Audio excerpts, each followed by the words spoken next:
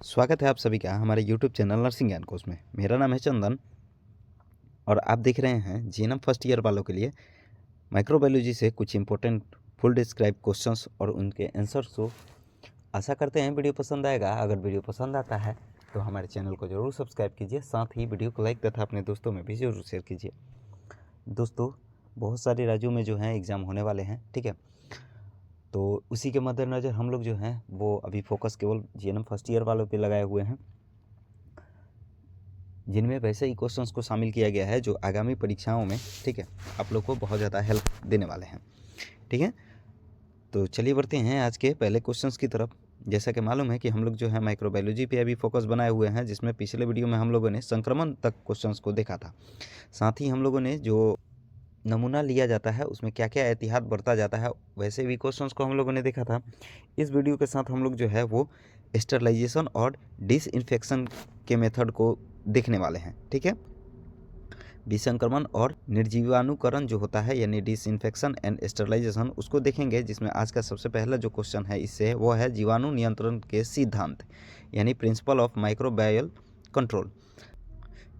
तो सूक्ष्मजीवों की वृद्धि को नियंत्रित करके जो हम लोग संक्रमण या फिर किसी वस्तुओं को जो खराब होता है उससे हम लोग बचा सकते हैं। सूक्ष्मजीवों को नियंत्रित करने या उसकी वृद्धि को रोकने के लिए दो उपाय किया जाता है। एक तो होता है फिजिकल मेथड और दूसरा होता है केमिकल मेथड। यही जो होता है हमारा वो स्टरलाइजेशन कहलाता है, ठीक है। यानी सूक्ष्मजीवों को मारना या उन्हें वृद्धि करने से रोकना ही स्टरलाइजेशन कहलाता है, ठीक है, जो कि दो चरणों में संपन्न होता है। एक होता है फिजिकल मेथड द्वारा और दूसरा जो होता है वो होता है केमिकल मेथड द्वारा। अगर बात किया जाए फिजिकल मेथड द्वारा तो इसमें सबसे पहला जो विधि आता है वो होता है ड्राई हीट, ठीक है, यानी सूक्ष्म उष्मा। इसमें जो है वो उष्मा के स्रोत को क्या किया जाता है कि वो कंडक्शन करके यानी संचार करके और विकिरण के माध्यम से इसमें स्थानांतरित किया जाता है, ठीक है। इस विधि में जो है वो उच्च तापक्रम और अधिक अवधि की आवश्यकता होती है, ठीक है, जिसमें उष्मा के मदद से जो है हम लोग और इस विधि को अपनाते हैं, ठीक है। इसमें उच्च उष्मा को हम लोग प्रवाहित करते हैं ताकि जीवाणु जो है वो नष्ट हो सकें या फिर अपने वृद्धि को न कर सकें। साथ ही इसमें जो उष्मा आते हैं उसमें और भी टाइप आ जाते हैं। इसमें पहला आता है फ्लेमिंग, ठीक है, यानी ज्वाला। जैसे इसमें ग्लास स्लाइड हो गया, स्कापल और कल्चर आदि हो गया, ठीक है, जिनको हम लोग बंसल फ्लेम के ऊपर रख के पास किया जाता है। साथ ही इसमें दूसरा जो होता है वो होता है गर्म वायु भट्टी यानी हॉट एयर ओवन, ठीक है। ये भी एक बहुत प्रभावशाली और कारगर तरीका है विसंक्रमण करने का। इसमें जो है 160 डिग्री तापमान पर 1 घंटे की आवश्यकता होती है। इस विधि के द्वारा हम लोग कांच के syringe, test tube, flask, pipette, scissor, powder, liquid, paraffin आदि को जो है वो भी संक्रमित करते हैं। इसमें एक पंखा लगा रहता है जो बराबर रूप से गर्म वायु का संचार करता है। तो एक और उदाहरण हो गया जो उष्मा होता है उसका। साथ ही तीसरा जो है वो है रेड हीट, ठीक है, जिसमें हम लोग वायर और loop, tip of forceps, needles, ये सब जो है वो हम स्टरलाइज करते हैं, ठीक है। इसमें जो तापमान होता है वो लगभग 180 डिग्री सेंटीग्रेड और समय अवधि जो होता है वो लगभग 7.5 मिनट के आसपास होता है।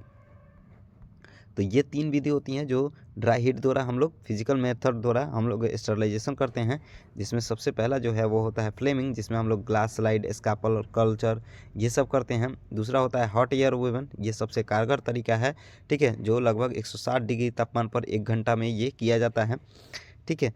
इसमें हम लोग सीजर, पाउडर, लिक्विड, पैराफिन ये सब जो है वो स्टरलाइज करते हैं।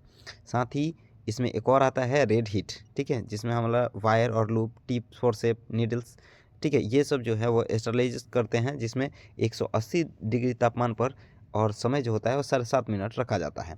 साथ ही दूसरा जो होता है उष्मा में वही होता है मॉइस्ट हीट, जिसमें पहला जो होता है वो होता है पास्चुराइजेशन, ठीक है, दूध को हम लोग उबाल कर और बैक्टीरिया को किल करते हैं जो रोग कारक होता है उसको, इस विधि को हम लोग पास्चुराइजेशन बोलते हैं, यानी उबालने की क्रिया को हम लोग पास्चुराइजेशन के नाम से जानते हैं। दूसरा होता है ऑटोक्लेव, ये भी जो होता है वो आमतौर पे इस्तेमाल होने वाला है स्टरलाइजेशन का एक विधि होता है, जिसमें एक यंत्र द्वारा, ठीक है, उच्च दबाव वाले तापमान और आर्द्रता का प्रयोग करके हम लोग इसको और बहुत सारी वस्तुओं को जो है वो स्टरलाइज करते हैं। साथ ही बॉइलिंग करके भी, ठीक है, पानी को 100 डिग्री या उससे ऊपर जो है 5 मिनट के लिए उबाला जाता है ताकि जो रोग कारक है वो नष्ट हो जाए। इस विधि के द्वारा हम लोग औजारों से जो के कारक होते हैं वैसे कारक को हम लोग नष्ट करते हैं। चौथा जो होता है वो होता है रेडिएशन। रेडिएशन की मदद से भी हम लोग जो है वो स्टरलाइजेशन करते हैं, जिसमें सबसे पहला विधि हम लोग अपनाते हैं वो होता है लांसिंग रेडिएशन, जिसमें x ray, gamma ray and cosmic ray, इन रेडिएशन का उपयोग करने हम लोग फेंकी जाने वाली वस्तुएं जैसे plastic syringe, swab culture plate, cannula और कैथेटर के रोगाणुनाशन के लिए ये उपयोग किया जाता है। यानी लांसिंग रेडिएशन का जो उपयोग है वो फेंकी जाने वाली वस्तुओं को स्टरलाइज करने के लिए उपयोग में लाया जाता है, जिसमें हमारा प्लास्टिक सिरिंज हो गया, स्वाब हो गया, कल्चर हो गया, प्लेट हो गया, कैनुला हो गया, ठीक है, कैथेटर हो गया, इन सब को हम लोग स्टरलाइज करते हैं लांसिंग रेडिएशन के थ्रू। साथ ही दूसरा जो होता है वो होता है नॉन आयनाइजिंग रेडिएशन, ठीक है, जिसमें हम लोग ओटी जो रूम होता है उसमें हम लोग स्टरलाइजेशन करने के लिए इस विधि का उपयोग करते हैं। साथ ही bacteriology laboratory, inoculation node, laminar flow, ये सब के रोगाणुनाशन के लिए हम लोग इसका उपयोग करते हैं। ठीक है, तो ये हो गया हमारा स्टरलाइजेशन के जो विकिरण यानी रेडिएशन में उपयोग किए जाने वाले जो प्रकार होते हैं उसका बात। साथ ही पांचवा जो होता है वो होता है फिल्ट्रेशन। ठीक है, ये भी एक स्टरलाइजेशन का विधि है जिसमें हम लोग छान के और जो भी हानिकारक चीज़ें हैं उसको अलग करते हैं। ठीक है, साथ ही दूसरा जो विधि होता है, ठीक है, रासायनिक विधि। अभी हम लोगों ने भौतिक विधि तक देखा, अब हम लोग देखेंगे रासायनिक विधि। तो रासायनिक विधि में भी बहुत सारे जो रासायनिक पदार्थ होते हैं उनका प्रयोग करके हम लोग जो है वो स्टरलाइजेशन करते हैं, जिसमें सबसे पहला जो होता है वो होता है एंटीसेप्टिक। नॉर्मली हम लोग किसी भी पेशेंट को हाथ लगाने या हाथ लगाने के बाद जो है एंटीसेप्टिक का उपयोग करके और स्टरलाइजेशन करते हैं। तो ये भी एक सॉल्यूशन होता है जिसके द्वारा जो है हम लोग स्टरलाइजेशन की विधि अपनाते हैं। साथ ही एक और होता है डिओड्रेंट, ठीक है, जैसे स्प्रे वगैरह लेते हैं ना दुर्गंध को ख़त्म करने के लिए, तो वो होता है हमारा डिओड्रेंट, ठीक है, जिसमें रासायनिक पदार्थ दुर्गंध को ख़त्म करते हैं। साथ ही एक और होता है वो होता है विसंदूषक, ठीक है, यानी डिकॉन्टामाइनेट। ऐसे पदार्थ जो होते हैं वो रोग उत्पन्न करने वाले सूक्ष्मजीवी, विषैली रासायनिक पदार्थ हों और वातावरण के अन्य हानिकारक कारकों को जो है नष्ट और निष्क्रिय कर देते हैं। ठीक है, तो ये एक और कारण हो गया जो हमारा रासायनिक विधि में आते हैं। साथ ही कुछ गैसें भी होती हैं जो सूक्ष्मजीवों को नियंत्रित करती हैं, जिसमें पहला होता है फॉर्मेल्डिहाइड, ठीक है, और एक होता है क्लोरीन गैस जो कि जल को विसंक्रमित करने के लिए उपयोग में लाई जाती हैं। और फॉर्मेल्डिहाइड जो गैस होता है वो जीवाणु, कवक और जो विषाणु होते हैं उसके रोग के कारक को नष्ट करने में सक्षम होता है। ठीक है, तो ये हो गए जो हमारा स्टरलाइजेशन होता है उससे संबंधित बात।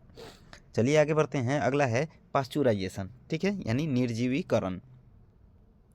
तो ये जो होती है वो विसंक्रमित किए जाने वाले पदार्थ को कम तापमान पर एक निश्चित समयावधि तक गर्म किया जाता है, जिससे हानिकारक जीवाणु जो होते हैं नष्ट हो जाते हैं, लेकिन उनके पदार्थ में या उस पदार्थ के जो रासायनिक संगठन है उसमें कोई भी परिवर्तन नहीं आता है। जैसे हम लोग दूध को गर्म करते हैं तो उसमें जो भी मिनरल्स, विटामिन वगैरह रहते हैं उसमें कोई चेंजिंग नहीं आते हैं, ठीक है, बस वो उसमें जो हानिकारक चीज़ें हैं वो नष्ट होते हैं। इसी को हम लोग पास्चुराइजेशन के नाम से जानते हैं।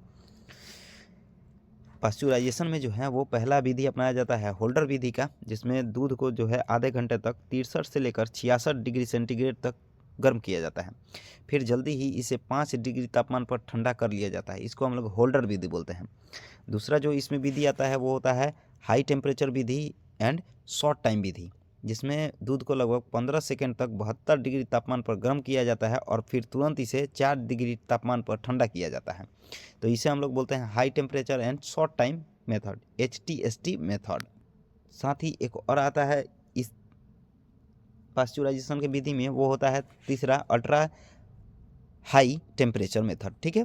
इस विधि में दूध को शीघ्र ही सामान्यतः 2 अवस्थाओं में गर्म किया जाता है। प्रत्येक बार में इसे केवल कुछ सेकंडों के लिए, ठीक है, 4 से 5 सेकंड के लिए गर्म किया जाता है और दूसरी बार में दूध के दबाव के अंतर्गत गर्म किया जाता है। तो ये हो गया पास्चुराइजेशन और उसके विधि। चलिए अब आगे बढ़ते हैं, अगला है कीमोथेरेपी और एंटीबायोटिक। बहुत ही इंपॉर्टेंट है कीमोथेरेपी, हम लोग कैंसर वगैरह में देखते हैं। एंटीबायोटिक वगैरह किसी भी फीवर वगैरह में भी हम लोग एंटीबायोटिक वगैरह का यूज करते हैं, तो वो विधि अब देखने वाले हैं।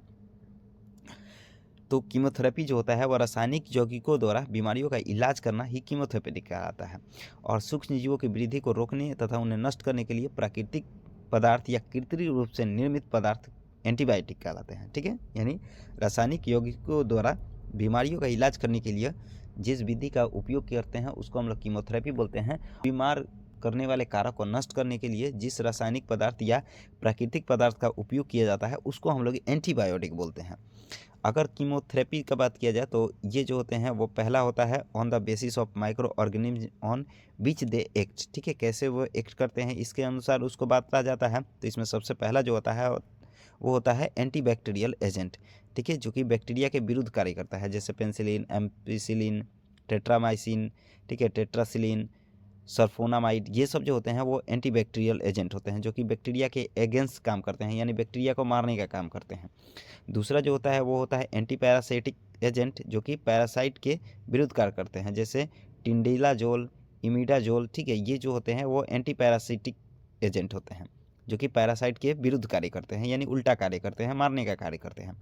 तीसरा जो होता है वो होता है एंटीवायरल एजेंट, जो कि वायरस के विरुद्ध काम करते हैं, जो कि वायरल जो कुछ भी होता है, यानी वायरस जो होते हैं उसके उल्टा काम करता है या वायरस को मारने का काम करता है, जैसे हमारा एकिक्लोवायर हो गया, एमिटाडाइन हो गया, ठीक है। साथ ही अगला जो है वो होता है एंटी प्रोटोजुआल हो गया, ठीक है, एजेंट जो प्रोटोजुआ के विरुद्ध कार्य करता है, ठीक है, जैसे अमीबा जन्म, आंत के संक्रमण, आंत से बाहर के संक्रमण, जैसे एमएबी, हेपेटाइटिस, इस समय इनका उपयोग किया जाता है। जैसे इनका उदाहरण देख लें हम लोग तो मेट्रोनिडाजोल।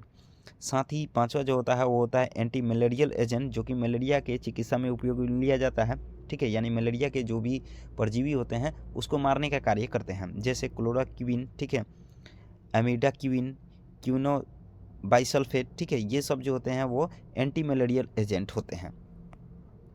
अब देखेंगे हम लोग इनके मोड ऑफ एक्शन के आधार पे, ठीक है, on the basis of their mode of action. तो इसमें पहला जो होता है वो होता है बैक्टीरियासिडल। इस प्रकार के ड्रग्स जो होते हैं बैक्टीरिया को नष्ट करते हैं, जैसे एरिथ्रोमाइसिन, पोलीमिक्सिन, ये जो होते हैं वो एंटी बैक्टीरियल होते हैं, ठीक है, यानी बैक्टीरियासिडल होते हैं। साथ ही दूसरा जो होता है वो होता है बैक्टीरियोस्टैटिक ड्रग्स, जो कि बैक्टीरिया के जो वृद्धि होते हैं उसको रोकने का कार्य करते हैं, जैसे इथाम्बुटुल हो गया, ये सब जो होते हैं वो मोड ऑफ एक्शन के आधार पे कार्य करते हैं।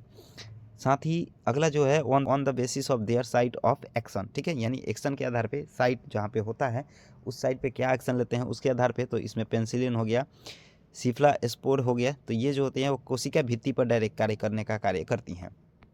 साथ ही पोलीसाइसिन, ये एक कोशिका झिल्ली पर कार्य करती है। टेट्रासिलिन जो होता है वो अधिक प्रकार के सूक्ष्म जीवों पर क्रिया कर उन्हें नष्ट करने वाली एंटीबायोटिक होती है, ठीक है। तो ये हो गया हमारा जो एंटीबायोटिक होता है वो कैसे कार्य करते हैं उससे संबंधित बात। चलिए अब आगे बढ़ते हैं। अगला है जीवाणु रहित करने की अवधारणा, यानी कॉन्सेप्ट ऑफ एसेप्सिस, ठीक है। एसेप्सिस मतलब होता है जहाँ से जीवाणु को मारना या फिर उसको नष्ट करना या उसके वृद्धि को नष्ट करना। तो इसमें जो है वो होता है पहला मेडिकल एसेप्सिस, जिसमें मेडिकल तकनीक द्वारा, ठीक है, और अच्छी तरह से अपने आसपास के जो भी क्षेत्र होते हैं उसको स्टरलाइज किया जाता है या फिर जीवाणु को मारा जाता है या किल किया जाता है। दूसरा होता है सर्जिकल एसेप्सिस, जिसमें सर्जिकल विधि द्वारा जो है हम लोग और रोगाणुओं को मारने का कार्य करते हैं, ठीक है, जैसे इंजेक्शन देकर, शल्य चिकित्सा देकर, घाव भरकर, ठीक है, ये सब जो है विधि अपनाकर हम लोग और जीवाणुओं को मारने का कार्य करते हैं। चलिए अब आगे बढ़ते हैं। अगला है जैव चिकित्सा कचरा प्रबंधन, यानी बायोमेडिकल वेस्ट मैनेजमेंट, ठीक है। वेस्ट मैनेजमेंट से मतलब है कि जो कचरा होता है, जो त्याज पदार्थ होते हैं, उसका हम लोग कैसे निपटारा करते हैं उसको बोलते हैं, ठीक है। तो जैव चिकित्सा कचरा वह कचरा है जो कि व्यक्तियों की बीमारी के निदान, उपचार, प्रतिरक्षक या शोध कार्यों में जो है पैदा होते हैं। जैसे नीडल हो गया, किसी को अगर हम लोग सुई दे दिए तो वो जो नीडल होता है वो अब वेस्ट मटेरियल में चला जाता है, ठीक है, जो बायोमेडिकल वेस्ट कहलाता है। तो यही होता है हमारा बायोमेडिकल वेस्ट, ठीक है, यानी हमारे चिकित्सा में जो उपयोग में ला चुका आदमी कोई वस्तु होता है, ठीक है, उसको हम लोग बायोमेडिकल वेस्ट बोलते हैं, जो कि दोबारा यूज करने लायक नहीं रहता है। अब इसका वर्गीकरण कैसे करेंगे, यानी कचरे का जो वर्गीकरण है उसको हम लोग कैसे क्लासिफिकेशन करेंगे। तो पहला है संक्रमित कचरा, ठीक है, जिसमें वार्ड का कचरा हो गया, शरीर से निकले पदार्थ, मलमूत्र हो गया, ये सब जो होता है वो संक्रमित होता है। दूसरा होता है नुकीले पदार्थ, ठीक है, जिसमें हमारा नीडल, स्कैल्प, ब्लेड, ये सब आते हैं, ठीक है, जो कि नुकीले होते हैं, धारदार होते हैं। तीसरा होता है औषधीय कचरा, जिसमें दवाइयाँ होती हैं जो एक्सपायर हो चुके रहते हैं, ठीक है, या फिर किसी के यूज हो गया रहता है, तो वो सब होता है औषधीय कचरा। साथ ही अगला है रासायनिक कचरा, जो प्रयोगशाला वगैरह से निकलता है कचरा, उसको हम लोग रासायनिक कचरा बोलते हैं। साथ ही दबाव युक्त कचरा जैसे गैस सिलेंडर, ये सब जो होते हैं वो दबाव युक्त वाले होते हैं। साथ ही विकिरणशील कचरा, ठीक है, जिसमें हमारा प्रयोगशाला जो रिसर्च होता है वो होता है विकिरणशील पदार्थ, ठीक है, और इसी के द्वारा जो कचरा निकलता है वो होता है विकिरणशील कचरा। साथ ही भारी धातु युक्त कचरा जैसे बैटरी, टूटा हुआ तापमापी, ये सब जो होते हैं वो भारी धातु होते हैं, ठीक है, जो कि कचरा में बन जाते हैं जब इनका यूज नहीं होता है, साथ ही जब इनका यूज हो गया रहता है। साथ ही अगला जो है वो होता है विकृति जन्य कचरा, जिसमें मानव के तरल पदार्थ, ठीक है, या शरीर के अंग, रक्त, ये सब जो होते हैं वो होता है विकृत जन्य कचरा, ठीक है। तो ये हो गया हमारा क्लासिफिकेशन ऑफ वेस्ट। चलिए अब आगे बढ़ते हैं। अगला है कचरे का उपचार, ठीक है, यानी कैसे हम लोग डिस्पोजल का ट्रीटमेंट करेंगे उसको हम लोग देखेंगे। तो सबसे पहला जो इसमें तकनीक अपनाया जाता है वो होता है इंसिनेरेशन का, यानी भस्मीकरण का, जिसके मदद से हम लोग उसको जला के और नष्ट कर देते हैं, ठीक है, जिसमें हमारा द्विपक्षीय पायरोलाइटिक, एक लक्षीय फुरेंस और रोटम क्लिंस जो है वो शामिल होते हैं इंसिनेरेशन में। साथ ही दूसरा विधि अपनाया जाता है रासायनिक विसंक्रमण का, जिसमें हमारा रक्त, सीरम, मल मूत्र और हॉस्पिटल से संबंधित तरल कचरे का विसंक्रमित करने का ये सबसे उत्तम विधि होता है, ठीक है, और इसी विधि में नुकीले उपकरण का जो है रासायनिक विसंक्रमित किया जाता है। साथ ही अगला जो होता है वो होता है नम एवं सूक्ष्म तापीय उपचार, यानी wet and dry thermal treatment. इस विधि में जो है कचरे को तीव्र तापमान और तीव्र दाबयुक्त भाप के संपर्क में रखा जाता है, यह उपकरण की तरह जो है कार्य करता है, ठीक है। साथ ही अगला जो होता है वो होता है सूक्ष्म तरंगीय किरण, ठीक है, यानी माइक्रोवेव रेडिएशन, जिसमें लगभग 2450 mHz तरंग दैर्ध्य में नष्ट हो जाते हैं सूक्ष्म जीव, ठीक है। जल सूक्ष्म तरंगों से जल्दी गर्म हो जाता है, जिससे संक्रामक पदार्थ जो होते हैं वो संचारण के कारण नष्ट हो जाते हैं। साथ ही अगला जो होता है वो लैंड डिस्पोजल, जिसमें विभिन्न प्रकार के पदार्थों का निस्तारण जो है वो जमीन के अंदर गाड़ के किया जाता है, ठीक है, लेकिन वैसे ही जगह गाड़ा जाता है जहाँ पे कोई आदमी वहाँ पे नहीं रहते हैं, या फिर वहाँ पे कोई आस पड़ोस में कोई आवास वगैरह नहीं होता है, ठीक है। तो ये हो गया हमारा संक्रमण तथा विसंक्रमण से संबंधित जो भी बातें थी, ठीक है, टाइप्स था, उनके प्रकार थे, उनका टाइप था, ठीक है, साथ ही बहुत सारी जो चीज़ें थी आज हम लोगों ने देखा। तो आशा करते हैं वीडियो पसंद आया होगा। अगर वीडियो पसंद आया है तो हमारे चैनल को जरूर सब्सक्राइब कीजिए, साथ ही वीडियो को लाइक तथा अपने दोस्तों में भी जरूर शेयर कीजिए। अगर आप इस वीडियो से संबंधित PDF को देखना चाहते हैं तो हमारे डिस्क्रिप्शन बॉक्स में लिंक मौजूद है, जिस पर आप टैप करके और PDF को देख सकते हैं। साथ ही अगर आप हमारे साथ जुड़ना चाहते हैं तो उसका भी जो लिंक है वो डिस्क्रिप्शन में दिया हुआ है, आप लोग उस पर टैप करके और हमारे साथ जुड़ सकते हैं। तो मिलते हैं ऐसे ही किसी नए वीडियो में, तब तक के लिए धन्यवाद।